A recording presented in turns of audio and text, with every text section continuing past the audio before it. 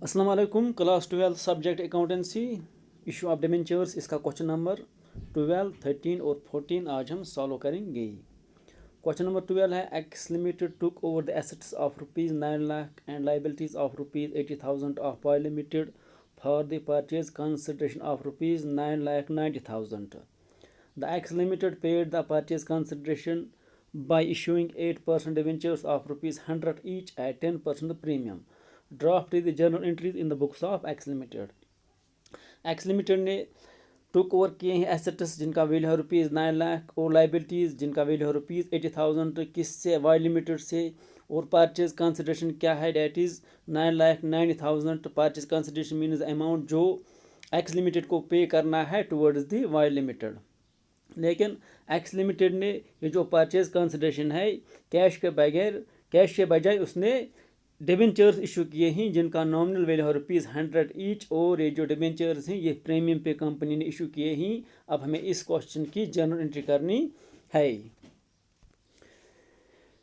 सबसे पहले हम सुंदरी एसेट अकाउंट को डेबिट करेंगे, डेट इज़ 9 लाख कितने एसेट्स कंपनी टुक ओवर करती है। तो गुडविल अकाउंट को हम डेबिट करेंगे, डेट इज़ 1,70,000।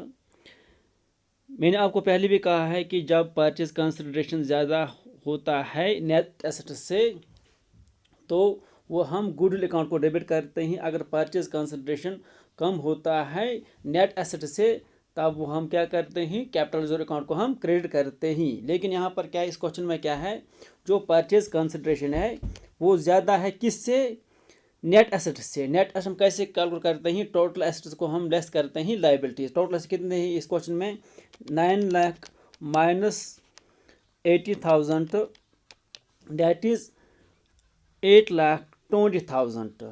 लेकिन यहाँ पर कंपनी ने कितना पे किया है, that is 9,90,000 means 1,70,000 is the goodwill जो हम गुडविल अकाउंट को डेबिट करेंगे।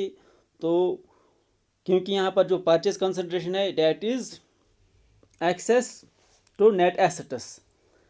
उसके बाद हम क्या करेंगे, तो सुंडरी लाइबिलिटीज को हम क्रेडिट करेंगे, that is 80,000 to Y limit account. Y limited को हम कितना देते हैं, 9,90,000।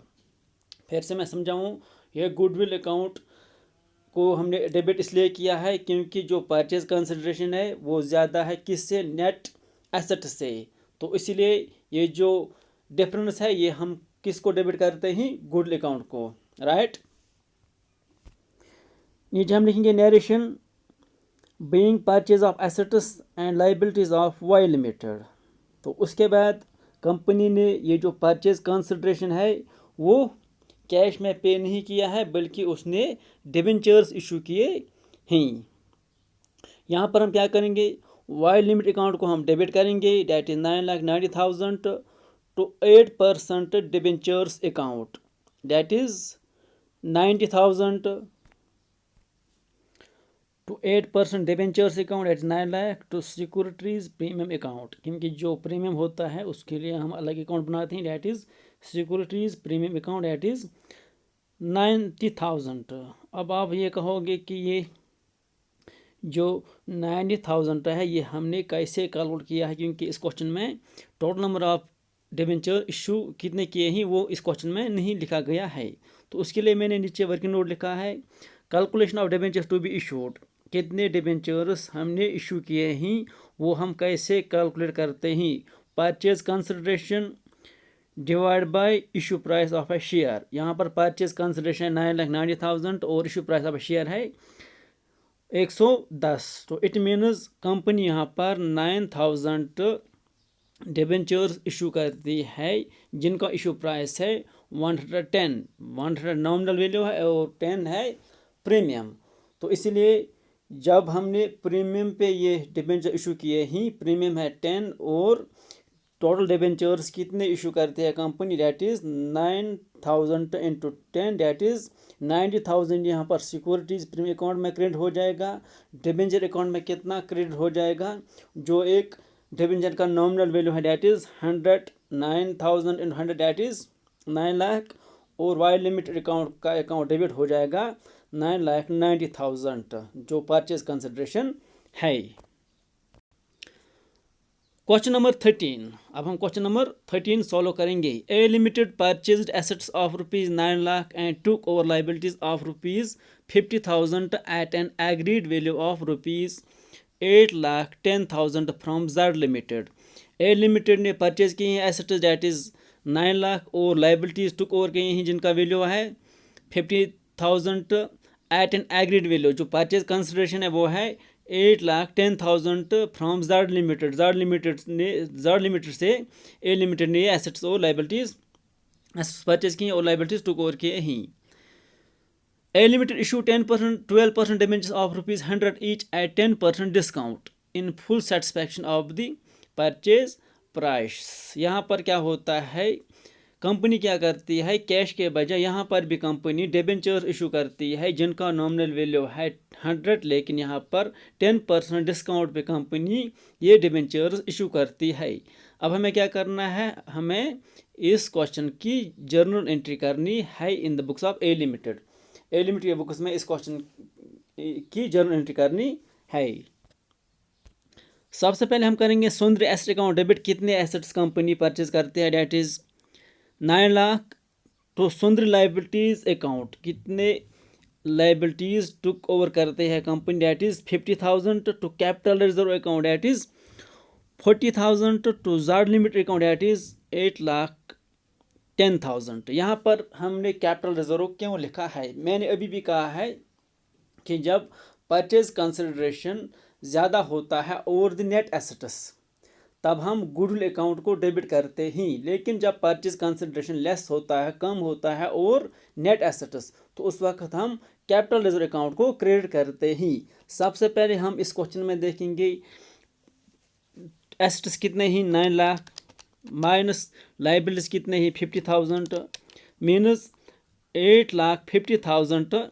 यहाँ पर नेट एसेट्स ही और परचेज कंसिडरेशन है 8,10,000। इट मीन्स जो परचेज कंसिडरेशन है वो कम है as compare to the net assets of the company. Means 40,000 यहाँ पर डिफरेंस है, वो हम क्रेडिट करेंगे कैपिटल रिजर्व अकाउंट को। तो वही हमने इस क्वेश्चन में भी किया है। जो परचेज कंसिडरेशन है वो कम है नेट एसेट से, डेट इज 40,000। यहाँ पर हम क्रेडिट करेंगे कैपिटल रिजर्व अकाउंट को टू जेड लिमिटेड अकाउंट। और जेड लिमिटेड को हम कितना परचेज कंसिडरेशन देते हैं, डेट इज 8,10,000। मगर ये जो परचेज कंसिडरेशन है ये हम कैश में नहीं देते हैं, कंपनी ये परचेज कंसिडरेशन कैश में नहीं देती है, but company is issuing debentures, right.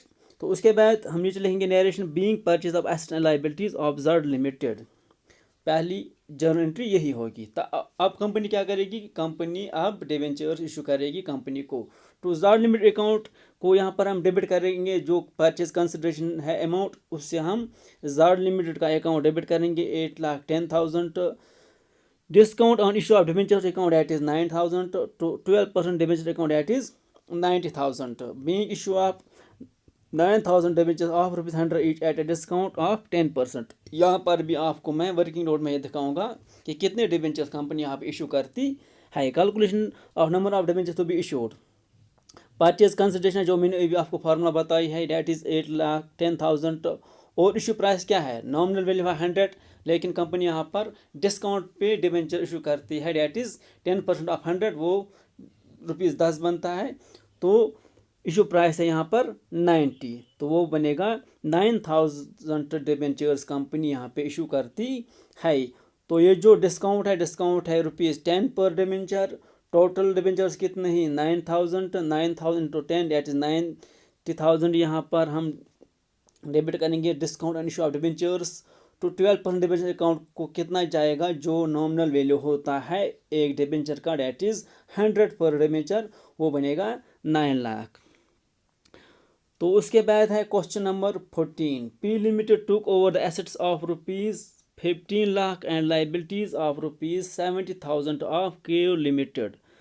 P limited ने एसेट्स परचेज किए हैं जिनका वैल्यू है ₹15 लाख और लाइबिलिटीज टुक ओवर किए हैं जिनका वैल्यू है ₹70,000 ऑफ के लिमिटेड। के लिमिटेड से for the purchase consideration of ₹10,80,000। यहाँ पर परचेज कंसिडरेशन है 10,80,000। The P Limited paid the purchase consideration by issuing 8% debentures of ₹100 each at 20% premium. P Limited ने क्या किया है, जो ये परचेज कंसिडरेशन है उसने कैश के बजाय डिबेंचर्स इशू किए हैं जिनका नॉमिनल वैल्यू है ₹100 और ये जो डिबेंचर्स हैं ये प्रीमियम पे कंपनी ने इशू किए हैं। अब हमें इस क्वेश्चन की जर्नल एंट्री करनी है। सबसे पहले मैं आपको ये बताऊं कि हम कैलकुलेट करेंगे नेट एसेट्स कितने हैं। वो हम कैसे कैलकुलेट करते हैं, टोटल एसेट्स को जब हम लेस करते हैं लायबिलिटीज। टोटल एसेट्स कितने हैं, 15 लाख माइनस लेस करेंगे हम liability that is 70,000 that is 14,30,000 is net assets. जो नेट एसेट्स डेट इज 14,30,000। अब हम क्या करेंगे, सौंदर्य एसेट अकाउंट को हम डेबिट करेंगे कितना, 15 लाख। तो sundry liabilities account that is 70,000 to capital reserve account 3,50,000 to Q limited account that is 10,80,000। यहाँ पर हम फिर से कैपिटल रिजर्व अकाउंट को क्रेडिट करते हैं। क्यों, जो परचेज कंसिडरेशन है डेट इज 10,80,000 वो कम है किससे, नेट एसेट से। नेट एसेट कितने ही 14,30,000 को जब हम लेस करते ही परचेज कंसिडरेशन डेट इज 10,80,000 वो बनता है 3,50,000 जो कैपिटल रिजर्व अकाउंट को क्रेडिट हो जाएगा। इसलिए हमने कैपिटल रिजर्व अकाउंट को क्रेडिट किया है डेट इज 3,50,000 और तो क्यो लिमिटेड अकाउंट को हम क्रेडिट करेंगे कितना, जो परचेज कंसिडरेशन है that is 10,80,000 being purchase of assets and liabilities of Q limited.